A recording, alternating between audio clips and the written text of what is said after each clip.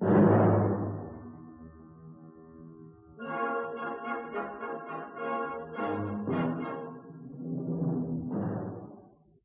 was on August the 2nd that we snapped our last link with civilization when we left the steamer which had taken us upriver.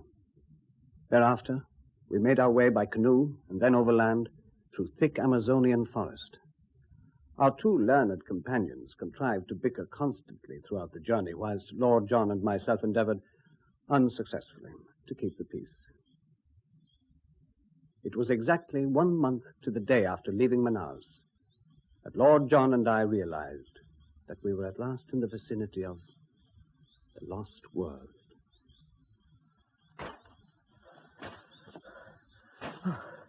I'm exhausted. Isn't it nearly time we rested, Lord John? Soon, young fella. Soon. Listen. What's that? War drums, I think. Yes, I've heard them before. They watch us every step of the way, you know. I didn't. But how can they? In this dense forest. Oh, they have their own ways. They talk drum talk to each other, sort of pass us along. You'd be surprised. You hear the drums? No. I'm a Walker Indian. You agree, Sammy? No doubt, sir. Like all such tribes, I should expect to find them of polysynthetic speech and of Mongolian type. Polysynthetic, certainly. The Mongolian theory I regard with deep suspicion. Don't they frighten you, sir? Hearing the drums like that? Not at all, young man. Besides, we shall soon be in the land of Kuripiri. They don't dare to follow us there. As for the Mongolian theory, I should have thought that even a limited knowledge of comparative anatomy would have helped to verify it. No doubt, sir, a limited knowledge would have that effect. However... Look there! Look! Did you see it? Did you see it through the trees? There it goes. Look, Sammy. Did you see it? A pterodactyl. Pterodactyl fiddlestick. It was a stork if ever I saw one. A pterodactyl. Damn it, man, you must be blind as well as seeing. I say, Malone. Just a minute. What is it? Well, now, it seems to me these two scientific Johnnies are too caught up in their own arguments to take notice of any dangers. They're going to want wet nursing, young fella. It's going to be our job to do it. Can you shoot? About average territorial standard? Good Lord. Bad as that? But look here. What's all this about? Well, Malone, I happened to have my glasses focused on that creature before it got up over the trees. Up to now, I've never really been sure whether our Professor Challenger was a madman or a liar. But now I know different. Why? What is it? That creature. It was no bird I've ever seen.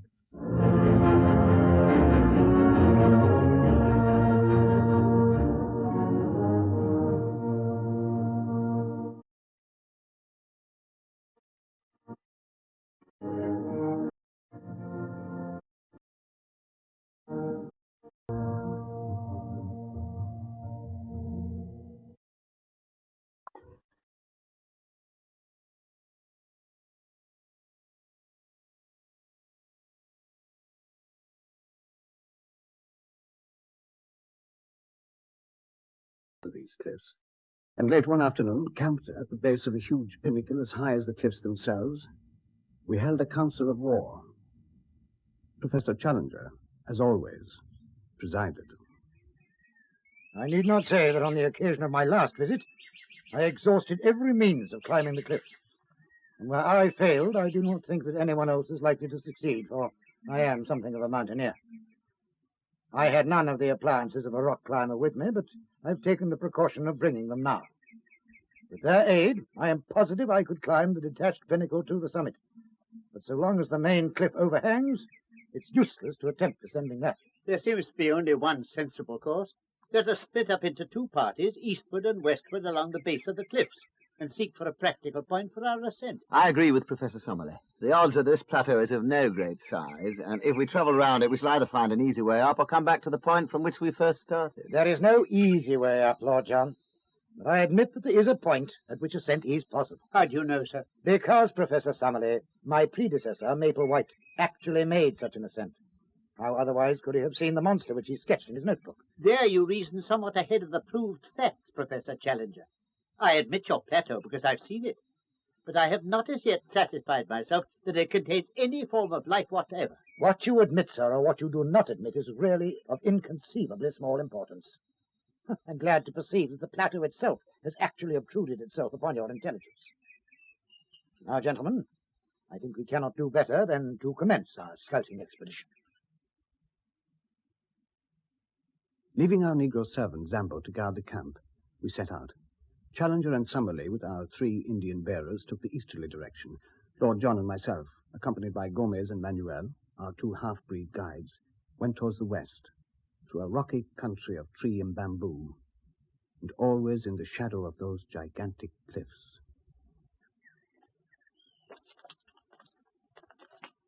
Say, young fella, Yes, how Lord far John? do you reckon we've come now? From the camp? Yes. A mile or 2, perhaps.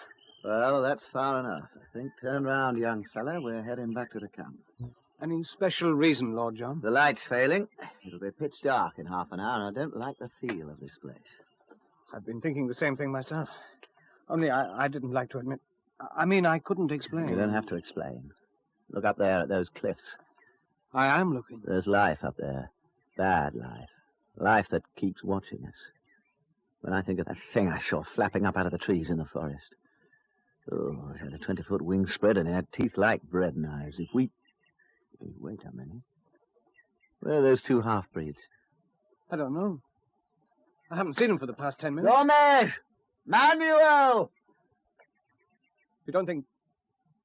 It's getting dark, young fella. Gomez! Manuel! Senores! Senores! It's all right, that's Gomez. What's the matter? Ah, senores, the other senor with the black beard, he has said there is a way up these cliffs. Manuel and I, we think we have found it. What's that? We'll show you, yes? Show us what? On these cliffs, I show you. We find what you call an arrow, drawn in white chalk. Maple white for a fiver. We follow this arrow where it points. And we come to one opening in this rock of the cliff, an opening what you call A cleft. That's it, a cleft, one cleft, where the rock open up. You follow me, yes? You bet your boots we follow you. Come on, Malone.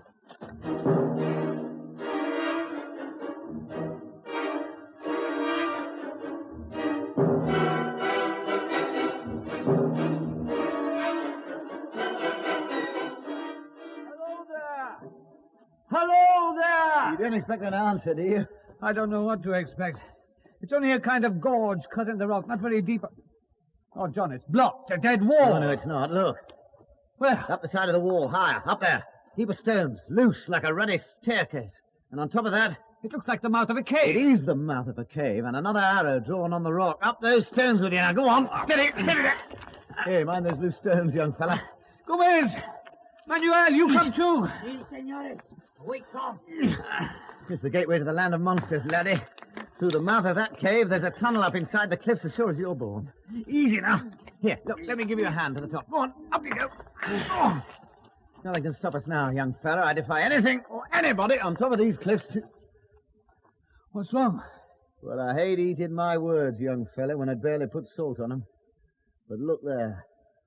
You mean... It's blocks, that's all. The roof of the ruddy cave has fallen in. We're cut off by 2 tons of rock from the only way up. What was that? I don't know. It sounded like... Gomez, Manuel, did either of you laugh just now? Laugh, senor? Somebody laughed just then. I don't know, senores.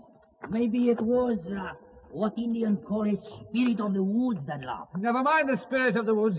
Can't we dig away through that loose rock? No good, young fella. Why not? Well, you'd only start an avalanche to bury us. Don't you touch it. And there isn't any way up. No, I'm afraid not. Come on. It's high time we were getting back to camp. Too much cast down to speak. We made our way back to the camp. One incident occurred, however, before we left the gorge, which is of importance in view of what came afterwards. We were at the bottom of the chasm, some 40 feet beneath the mouth of the cave, when a huge rock rose suddenly downwards and shot past us with tremendous force. We could not see where it had come from, but Gomez and Manuel, who were still at the opening of the cave, said it had flown past them and must have fallen from above. Looking upwards, we could see no sign of movement in the green jungle which topped the cliff. There could be little doubt, however, that the stone was aimed at us. So the incident surely pointed to some form of life upon the plateau. As we moved away, our minds were full of this new development and its bearing on our plans. When we reached the camp, we found the others waiting for us. And you're sure, Lord John, there is absolutely no chance of our clearing the fallen rocks? None at all. Pity. Great pity.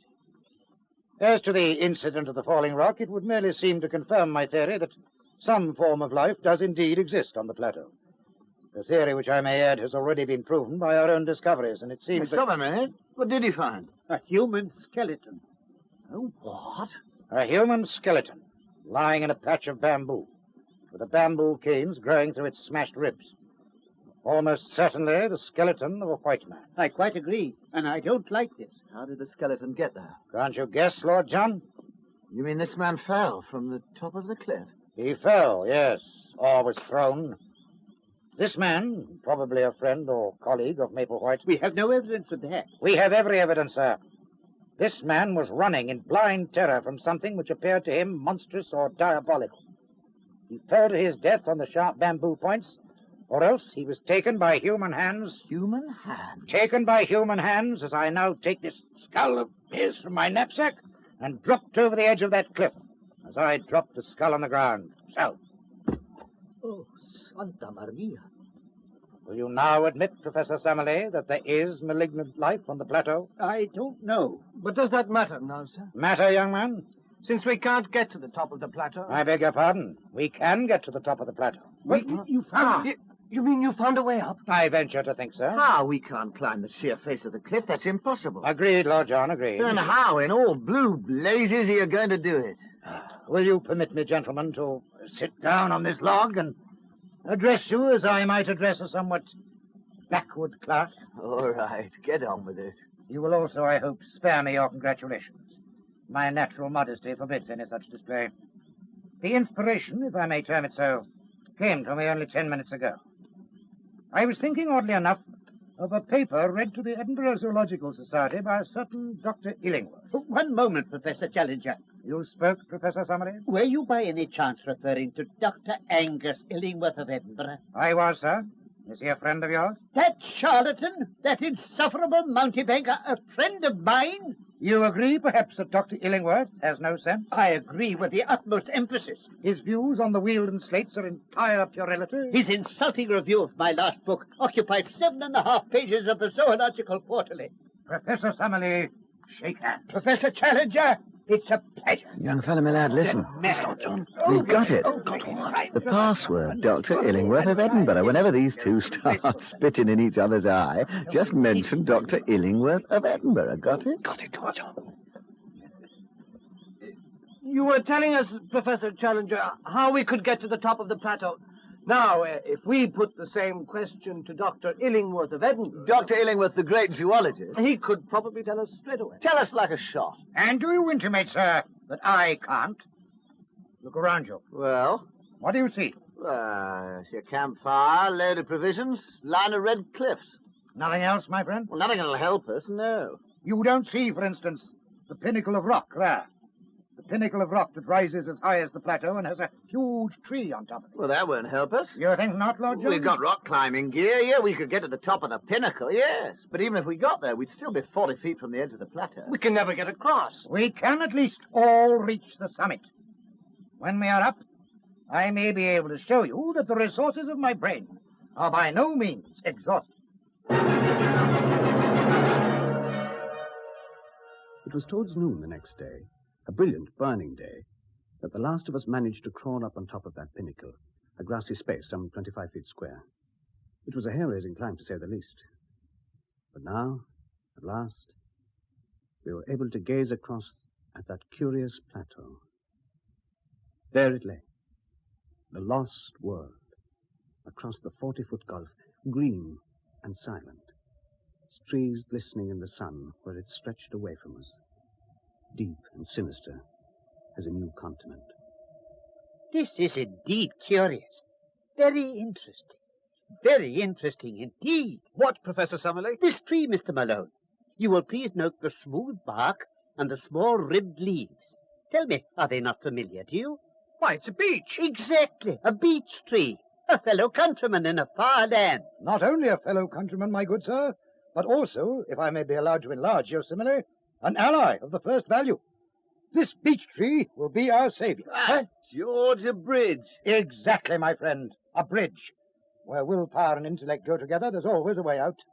A drawbridge had to be found, which could be dropped across the abyss. Behold it.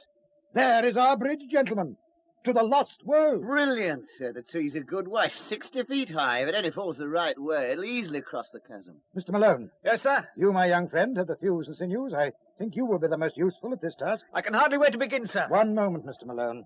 I must beg that you will kindly refrain from thinking for yourself. You will do exactly as you are told. Now, I suggest that you make your first incision here.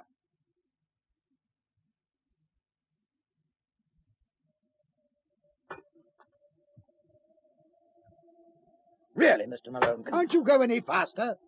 Easy now. The lad's doing his best. Oh, but this, sir, is a mere tree. It is a tree 60 feet high. It's got to fall exactly across the gulf with its edge on the other side. I have a presentiment, sir, that it won't. Won't what? Won't fall as we wish it. Oh. If it rolls over the edge and leaves us still without a bridge... You know, Professor Summerlee, you're the cheeriest little ray of sunshine I ever did see. I state an obvious possibility, Lord John. I tell you, man, it can't. Indeed, sir. And why not? Professor Challenger's calculations. I'm deeply suspicious of any calculations made by Professor Challenger on any subject. Indeed, sir. I repeat it, sir. And suppose the tree does fall as we wish it. How are we to get across? Sit astride the trunk of the tree and hop across. How Over else? 1,000-foot gulf underneath. Dash it, man, there's no other way. Even on this big grass plot, I have an unsteady feeling in the legs, as though something were urging me onto the edge. I confess it without shame. And to cross that gulf on a tree trunk...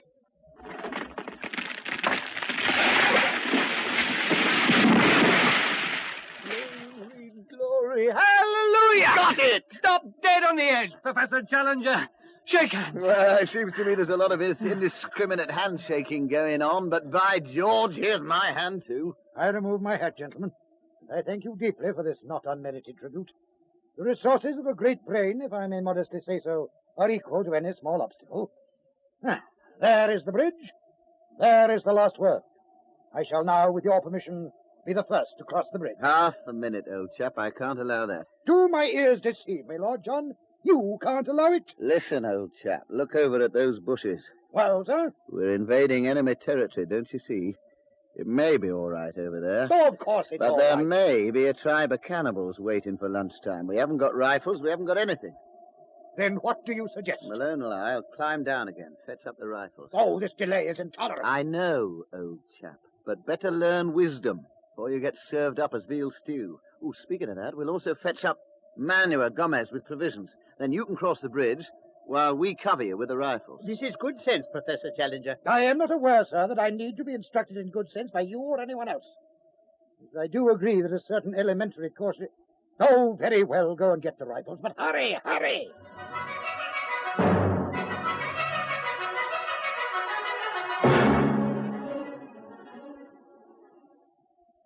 Ready now, everybody? Quite ready, Lord John. As for me, Lord John, I await your lordship's gracious permission to cross the tree bridge. Had I been aware that your lordship's permission was necessary at the beginning of this adventure... All right, old chap, don't get your temper up. Gomez, Yes, senor. you and Manuel stay here when the rest of us go over. We may need to give you some instructions. True, senor. You may need to give instructions. Yes. Ready with the rifles, everybody else? All right, Professor Challenger, you first. Sit down carefully, sir. Don't lose your grip. I have no intention, young man, of losing my grip, either mentally or physically. The position, I confess, is a trifle undignified. It is not suited... Easy now. It is not suited to the historical painting, which will no doubt one day be made of this momentous occasion. You next, Professor Summerlee. I'm quite ready, gentlemen. If you'll sling two of those rifles round my neck... What's wrong, Professor Summerlee? Has it occurred to you? Well, what? Has it occurred to you that our friend Challenger, as he hops across there, looks exactly like a gigantic bullfrog? One moment, sir. Did you by any chance say what I thought you said? Don't stop, Professor Challenger. For God's sake, don't turn round. Did you say bullfrog, sir? Were my ears assailed by any mention of a bull? Go on, sir. Go on to the other side. I'm sorry, Professor Challenger, if the harmless joke offends you. Now, if you'll continue over to the other side, I shall follow you along the tree like this. Easy now. Both of you. Look here, Lord John. You don't think they're going to sit out in that tree and begin sloshing at each other 1,000 feet above ground? I can't say. They're crazy enough for anything. It's all right. Challenger's over. Any sign of life in those bushes? I can't see any. Done it. Somebody's over. All right, now you're next, my lad. Go on, over you go. I don't like this a little bit. But if those two professors can go over and never turn a hair... Now get careful. Get a good grip on the tree. That's right. And don't look down. It's looking down that gives you the vertigo. I've got vertigo already, thanks. Now, don't look down. I keep telling you, don't look out. I'm all right, Lord John. Nearly slipped. Phew. Now, follow your own advice, young fella. Don't look round. What's the matter? I'm just wondering, Lord John, what you think you're doing. Me, young fella? Yes, you. Oh, I'm walking across, young fella. Like this, it's so much simpler, don't you think? And that was how, as the sun began to sink across the jungle, we first set foot on the lost world. No sign of life in all that green stillness.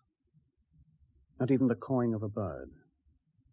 The last thing we saw as we looked back was Gomez standing motionless on the rock pinnacle, smiling at us. Ahead was a bolt of dense scrub, and we shouted congratulations to each other as we hurried forward. It was the last time we did congratulate ourselves on that evil day. Because when we had got no more than a dozen feet into the scrub, and I was nearest the edge of the cliff,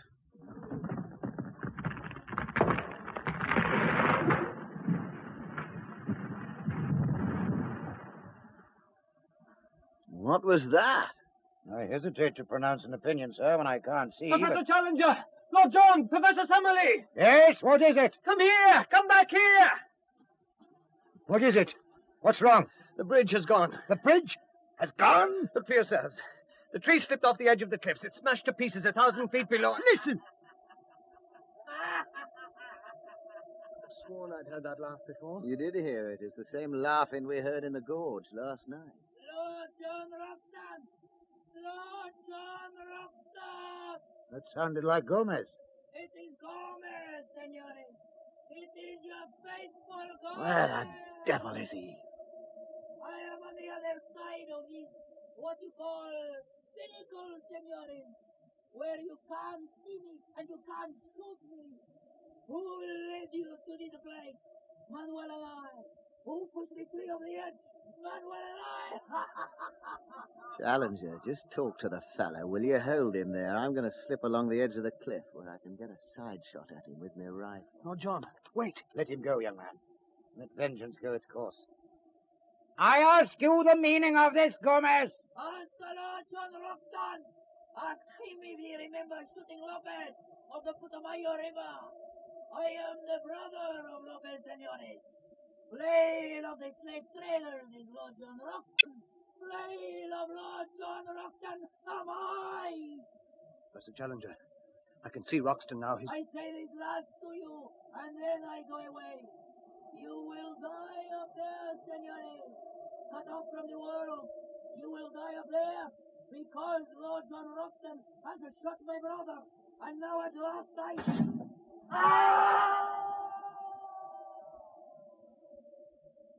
Lord John Roxton, they say, is a dead shot. Yes. Where's Manuel? He was with Gomez. Something tells me, with peculiar clearness, gentlemen, that we shall not be troubled with either of them any longer. Excellent, Professor Challenger. Very good indeed.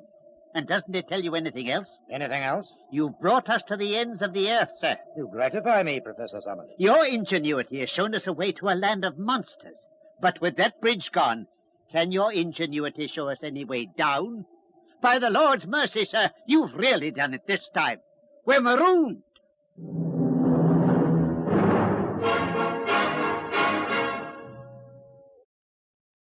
For a moment, we stood staring at each other in bewilderment. Marooned. in a mysterious land in which lay unknown terrors. Marooned, without supplies, or without any hope of contacting the outside world. In our first brief panic, however, we had forgotten the Negro Zambo, and it was his voice calling across that 40-foot gap which restored us to our senses.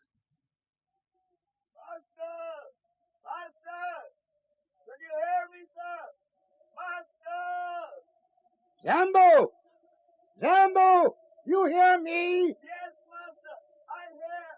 You perceive, I hope, that we are in a somewhat precarious position. Now, look here, old chap, you won't understand that highfalutin talk. Look, am I the leader of this expedition, or am I not? All right, but speak so you can get the hang of what you're saying. I shall make myself perfectly clear. Zambo! Yes, master. You observe, no doubt, the critical nature of our situation. Yes, master. Maybe ghosts get you. What ghost? Oh, be quiet, Professor Somebody. You have the rope there, Zambo. Rope no good, master. You tend to make bread across.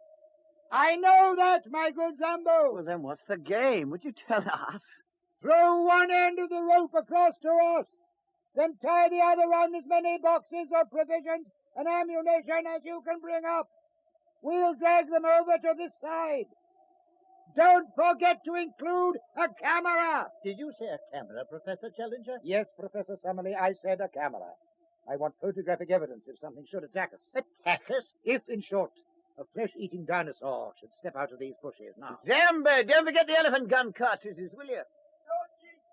I not forget. And you won't leave your post. No, chief. I not leave.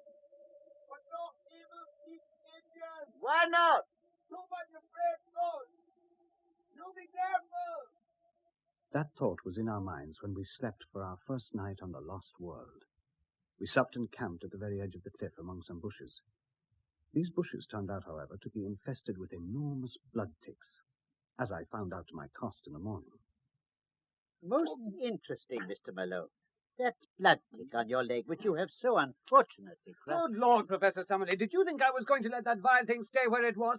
Look at all the blood which squirted out when I picked it off and busted. My blood, sir. Mine. Steady on, young fella, my lad. It's rotten luck we settled on this spot. Might have known there'd be some pretty diabolical insect life in these bushes. Well, Mr. Malone should be proud to be chosen. We cannot do less than call this first fruit of our labors Exodes Maloni. The very small inconvenience of being bitten, my young friend, cannot, I'm sure, weigh with you as against the glorious privilege of having your name inscribed in the deathless roll of zoology. Unhappily, you have crushed this fine specimen. Fine specimen. Filthy vermin, you mean? You should cultivate the scientific eye and the detached mind, Mr. Malone. To a man of philosophic temperament like myself, the blood tick, with its lancet-like proboscis and its distending stomach, is as beautiful a work of nature as the peacock or the aurora borealis. It pains me to hear you speak of it in so unappreciative a fashion. No doubt, with due diligence, we can secure some other specimen. There can be no doubt of that, Professor Challenger. One has just disappeared behind your shirt collar. What? Oh,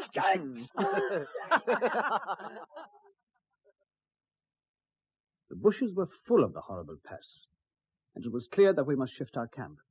We moved to a small clearing, thickly surrounded by trees on all sides. There were some flat slabs of rock in the center with a spring of water close by. Here we made our first plans for the invasion of this new country, surrounded by our ammunition and enough provisions to last for several weeks. This was to be our headquarters, our place of refuge against sudden danger and the guardhouse for our stores. Fort Challenger, we called it. The others slept that night round a dying campfire that threw gleams among the great trees round about. But I can't say I slept much. It was towards morning, in the hour of suicides and bad dreams, that suddenly... Good Lord. Look out! Get away, you swine! What is this? Somebody call out. Easy, young fella, my lad. Now, what's wrong? I don't want you to think I'm out of my mind, but I saw something. Professor Summerlee, will you perk up that fire? Now, you saw what? A white face. A human face. All right, now where did you see it? In that big tree, there, with the branches like ferns. The branches parted and the face looked down. It was flat and white, and it had a body like a reddish pig. You were dreaming, young fella. I wasn't dreaming, I tell you. What, a human face? A human face or an ape's. That's it. An ape's, only without any hair and with curved teeth. The anthropoid ape, young man, is unknown in South America. You quite sure of this? Absolutely sure. Had this creature a tail? No. Did you notice whether it could cross its thumb over its palm? Hang it all, sir. I only got a brief glimpse, then I threw a stone and it swung away. Well, that was very hasty of you, my boy. Very hasty and injudicious. Had you been able to coax it down here... Coax it down? That's what I said. It was the evilest-looking brute I ever saw in my life. You didn't want me to invite the damn thing to breakfast. In the interests of science, young man. As a scientist myself, sir, I agree with Malone. You agree with Malone, sir? I agree with Malone, sir. Have you forgotten the skeleton? What skeleton? The skeleton of the man thrown from these cliffs and impaled on the bamboo points 1,000 feet below. Listen. Was that the sound it made? Yes. If there are any more of these brutes hanging about watching us, They very probably are. then we've got to walk softly and look sharp. As soon as it's daylight, we begin our exploration. In which direction? Following the course of the stream, naturally. That will always lead us back to camp. We can surround our stores with thorn hedges. Then, when we penetrate into that forest in full daylight...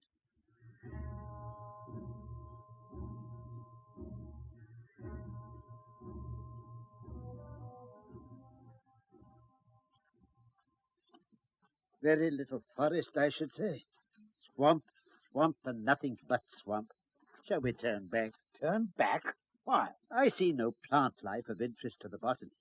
Only the swamp and our own footprint. Stop a bit. Well, Lord John? Not only our own footprints. Look at that.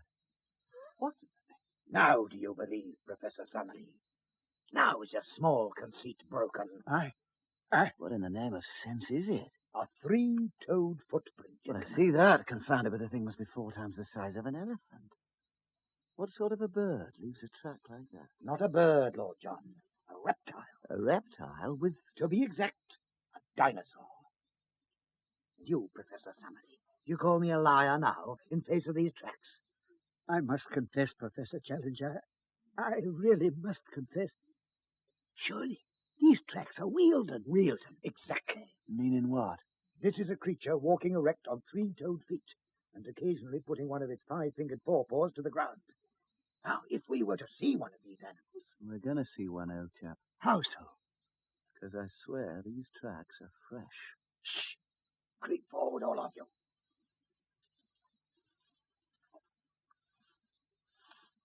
Look through this screen of brushwood. Is it? Yes, my friend. The denizens of the lost world. There were 5 of them, like a nightmare in daylight. Scaled like lizards, with wickless rolling eyes that seemed to look at us through the brush. They sat up on their haunches in that glade and browsed on tree branches as a rabbit browses on lettuce. Stare of their eyes shocked you. It was like the dragon you dreamed about as a child.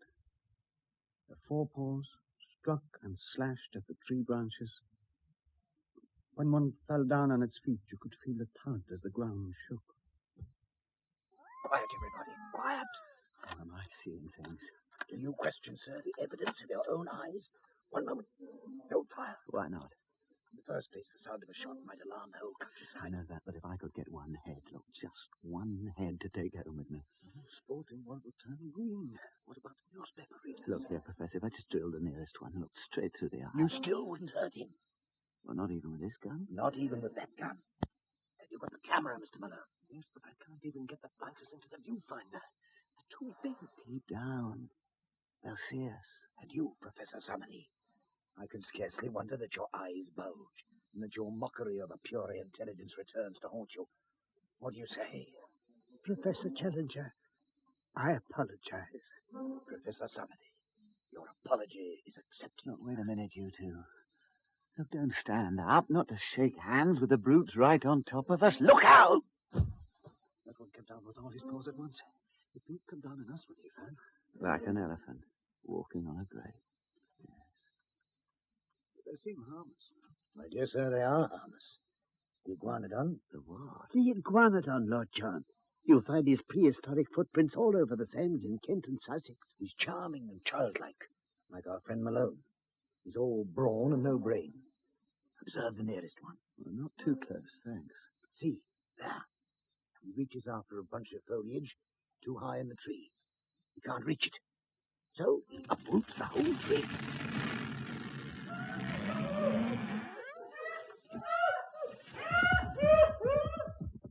When the tree crashes over on top of them, the whole tribe take fright and run. The brief thunder of their passing, the gleam of slaty scales, and the glade is empty.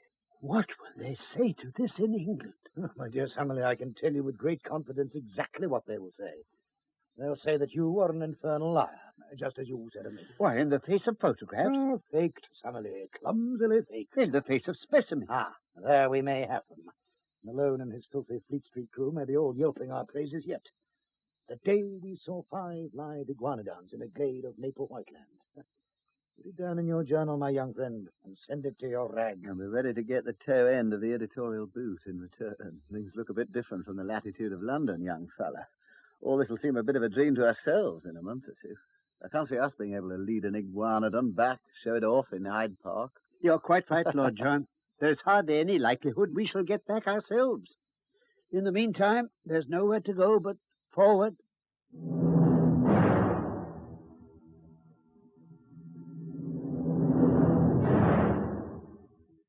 We may have travelled a mile or more, keeping to the bank of the stream.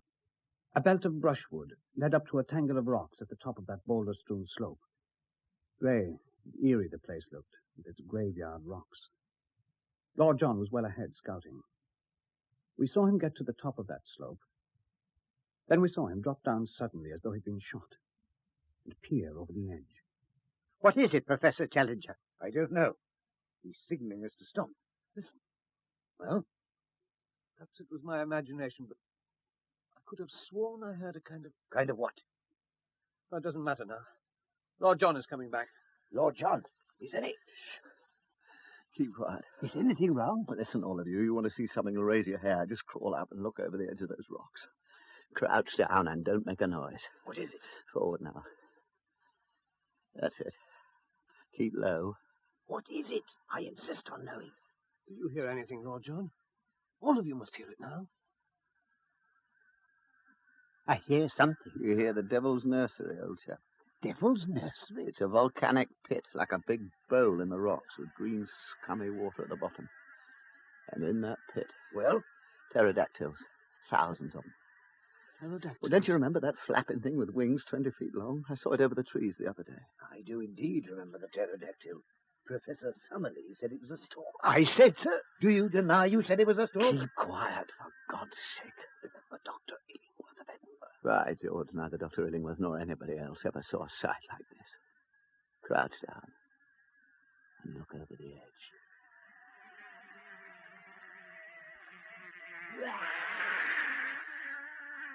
The place was a breeding ground of pterodactyls.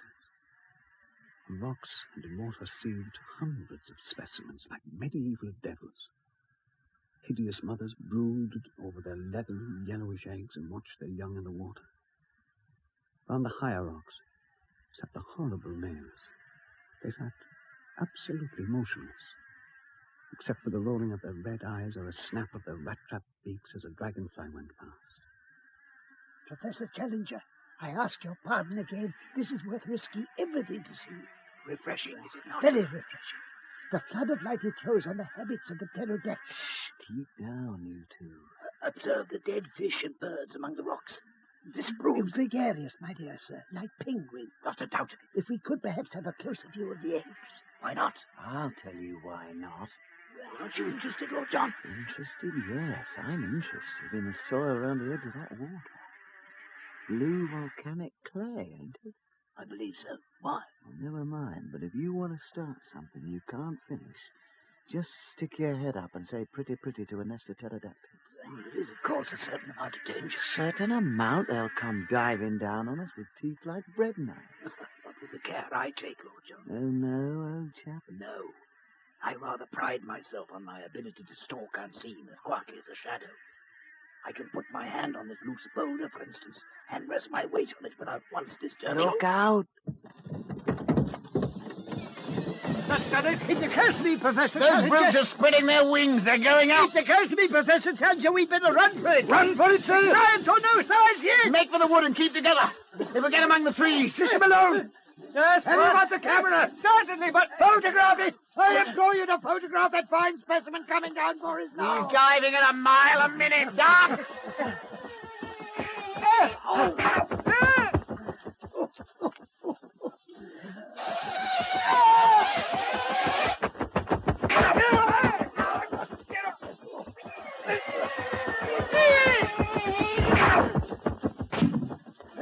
Now, come on, make for the trees, all of you. If anybody talks science, I'll brain him. Now run.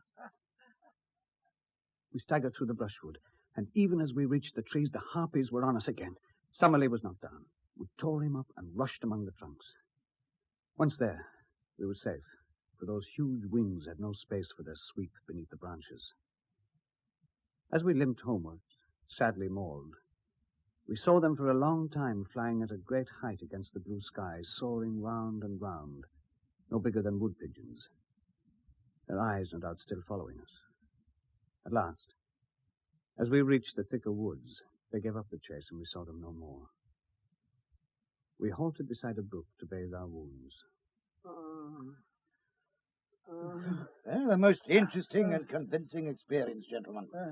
We are exceptionally well informed, Summerlee, as to the habits of the enraged pterodactyl. Yes, indeed. It's worth noting that our young friend has received an undoubted stab, while Lord John's coat could only have been torn by a bite. Professor Summerlee has a nasty cut on his forehead, and I myself have been beaten about the head by their wings. Yes, we have indeed had a remarkable exhibition of the pterodactyl's various methods of offense. Well, it was touch and go for our lives, and I can't think of a more rotten sort of death than to be ousted by such filthy vermin. I'm sorry to fire my rifle, but by Jove, there was no great choice. We should not be here if you hadn't, Lord John. May do no harm. Among those woods there must be many loud cracks from falling trees, which may sound like a gun. Now, I think we'd had enough thrills for one day. The quicker we get back to camp in the surgical box, the better. We don't know what venom may have been in those hideous jaws.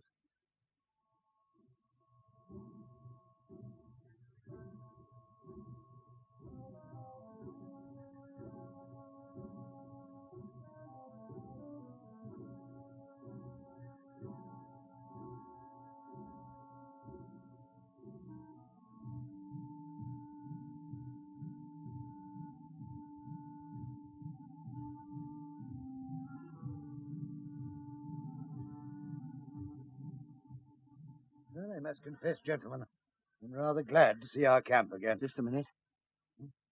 Somebody's been here. How do you mean? The thorn hedge has been disturbed. Somebody's handled the tins of provisions. Filled a box of cartridges. Somebody? You mean apes? I don't know. Is anything else going to happen? But it wouldn't surprise me. When it gets dark, all sorts of things could be looking at us from those trees. We better get a fire going at once. Oh, this, sir, is mere superstition. You think so? What we need, sir, is food. The minds and spirits of all men, even including myself, are depressed by long exertion without sustenance. Good meal, a night's sleep, and tomorrow morning... One moment. Yes, Professor Summerlee? May I suggest, sir, that we sit down and call a conference here and now? A conference? Yes, for some plan of immediate strategy. Oh, by all means, if you insist. You agree, Lord John? Blue volcanic planet. Professor? Sorry, old chap. I was wool gathering. Yeah, go ahead. Several references, I believe, have been made to Professor Challenger's giant brain. Come down, no modesty forbids. Very well. I suggest he employed this giant brain on some scheme for getting us off this plateau. He got us here. Now let him get us away. And our exploration of the plateau? That must stop, sir. Here and now. Are you mad, sir? No, sir. We came here, if you remember, with a perfectly definite purpose, to find out whether or not you were telling the truth.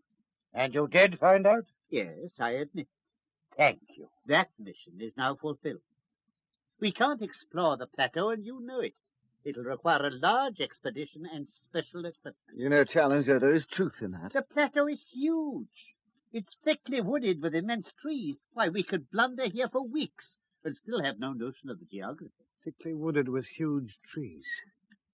Geography. By George! What's wrong with you, young fella? Huge trees, I've got it. Got what? Look at that tree there. The one where I saw the ape last night. It must be 100 feet high. Well? If I climbed up there tomorrow morning with a notebook and pencil... You could see out over the whole plateau. And draw a map of everything. Then we'd have real data, the whole geography for an exploring party later. That's not bad. Not bad at all. Worthy, if I may say so, of a more enlightened intelligence as ever been shown by a journalist in all the history of your repulsive tribe. Will this satisfy you, Professor Summerley? If you agree to stop exploring, yes. Then there is nothing, I think, that will trouble us further. I wonder. When I devote the powers of my own intellect to our descent from the plateau, the problem is as good as solved. In the meantime, we take our ease by a good campfire with the starless night outside. There's nothing to menace us now, nothing to trouble our slumbers in all the vast peace and quiet. Listen, wait. Somebody.